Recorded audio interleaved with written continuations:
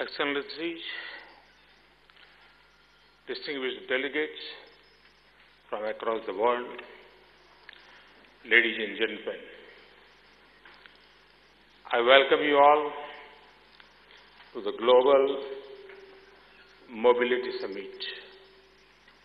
MOVE. The name of this summit captures the spirit of India today. Indeed, India is on the move. Our economy is on the move. We are the world's fastest growing major economy. Our cities and towns are on the move. We are building 100 smart cities. Our infrastructure is on the move. We are building roads, airports, rail lines and ports at a quick pace. Our goods are on the move. The goods and service tax has helped us rationalize supply chains and warehouses networks. Our reforms are on the move. We have made India an easier place to do business. Our lives are on the move. Families are getting homes, toilets, smoke-free LPG cylinders, bank accounts and loans. Our youth are on the move. We are fastest emerging at the startup hub of the world.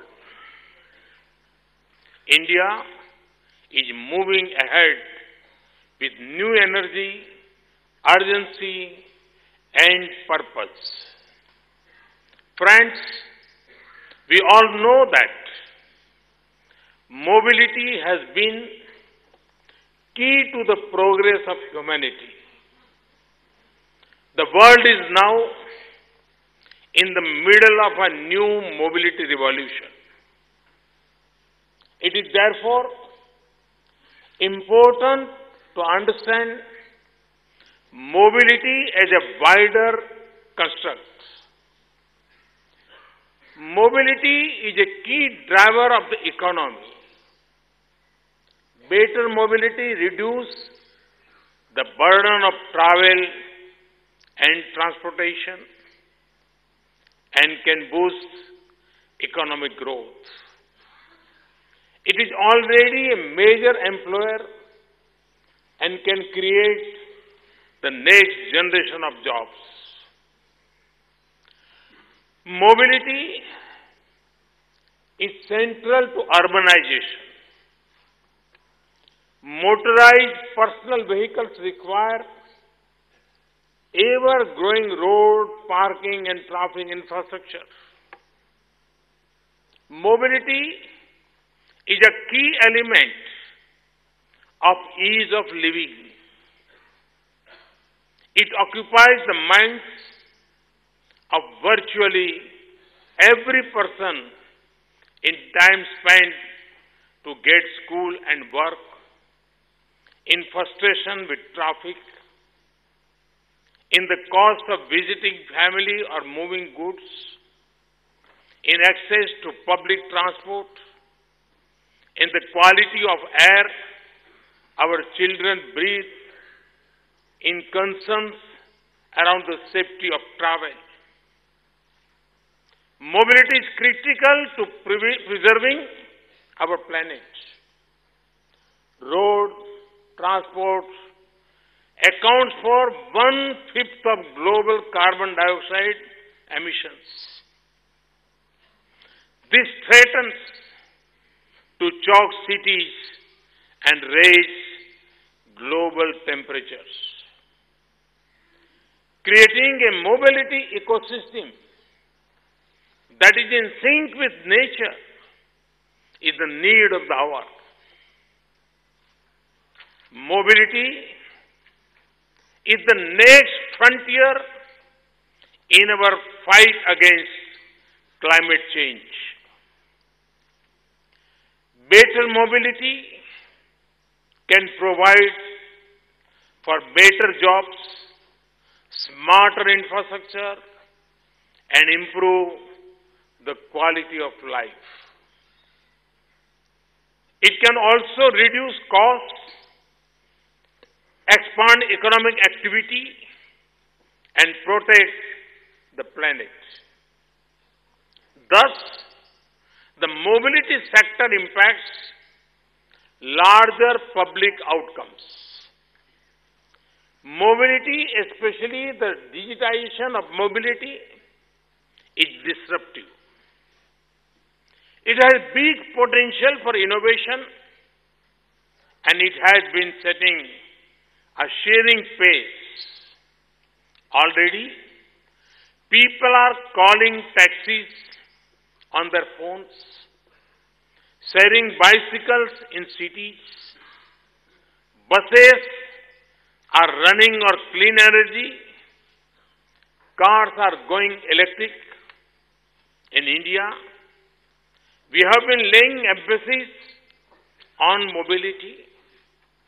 We have doubled our pace of construction of highways. We have re-energized our rural road building program. We are promoting fuel-efficient and cleaner fuel vehicles. We have developed low-cost air connectivity in underserved regions. We are also starting operations on hundreds of new air routes. We are pushing waterways in addition to traditional modes of like rail and road. We are reducing travel distance in our cities by efficient location of homes, schools, and offices. We have also started data-driven interventions such as intelligent traffic management systems. However, we also need to encourage pedestrians and cycling by taking steps to ensure their safety and priority. Friends, in a rapidly transforming mobility paradigm, India has some inherent strengths and comparative advantages. Our starting point in fresh, we have little of the legacy of resource-blind mobility. We have fewer vehicles per capita than other major economies. Thus, we do not carry much of the baggage of other economies that were built on the back of private car ownership. This gives us the window of opportunity to create an all-new seamless mobility ecosystem. On the technology front, our strengths lie in information technology, big data, digital payments, and the internet-enabled shared economy. These elements are increasingly becoming the drivers of the global future of mobility. Our unique identity program, Aadhaar, and its India Stack ecosystem had laid down a comprehensive public digital infrastructure. It has digitally empowered 850 million of our citizens. India can demonstrate how such digital infrastructure can be combined with new mobility business models. Our renewable energy push will ensure that the environmental benefits of electric mobility can be fully realized. We plan to draw 175 gigawatt watts of energy from renewables by 2022. We are already the fifth largest producer of solar energy in the world. We are also the sixth largest producer of renewable energy. We have also championed the cause of solar energy globally through the International Solar Alliance. We have a fast-growing manufacturing base, especially in the automotive sector. We also have a large digitally literate young population. This provides millions of educated minds, skilled hands, and aspirational dream for powering the future. Therefore, I am convinced that India is best placed globally to be an early mover in the mobility economy.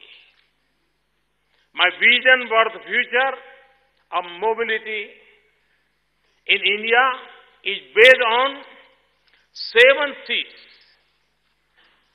common, connected, convenient, congestion-free, charge, clean, and cutting edge. Common public transport must be the cornerstone of our mobility initiatives. New business models driven by digitization are reinventing the current paradigm. Big data is enabling smarter decision-making by better understanding our partners and needs. Our focus must also go beyond cars to other vehicles, such as scooters and rickshaws. Large segments of the developing world depend on these vehicles for mobility. Connected mobility implies integration of geographies as well as modes of transport.